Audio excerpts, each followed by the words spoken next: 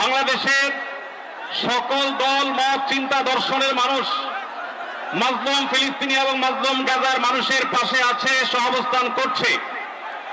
এক কাতারে দাঁড়িয়ে আজ বিশ্ববাসীকে আমরা দেখিয়ে দিতে চাই, আমাদের মধ্যে বিভিন্ন বিষয়ে চিন্তাগত মতপার্থক্য ভিন্নতা থাকতে পারে, কিন্তু মাজলুম ফিলিস্তিনিদের স্বাধীনতা, তাদের অধিকার, গাজার মানুষদের বিরুদ্ধে জুলুম বন্ধের দাবিতে আমরা প্রত্যেকটা বাংলাদেশের মানুষ ধর্ম বর্ণ নির্বিশেষে আমরা প্রত্যেকে তাদের সাথে সংহতি প্রকাশ করছি।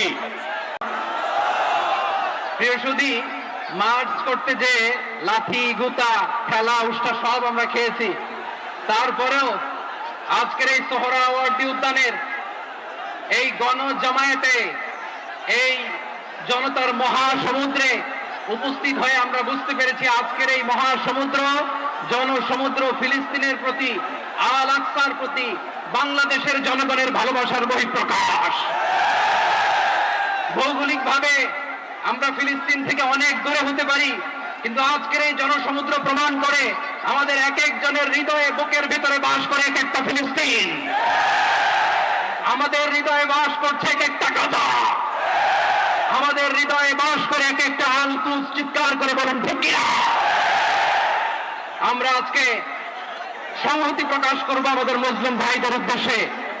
এক আওয়াজে আমাদের কণ্ঠকে উচ্চকিত করে অতিথি থেকে শুরু করে অডিয়েন্সের সবাই আল্লাহু আকবার ধ্বনি দিয়ে সোহরাওয়ার্দী উদ্যানের এই ময়দানকে আমরা কাঁপাতে রাজি আছি না নাই?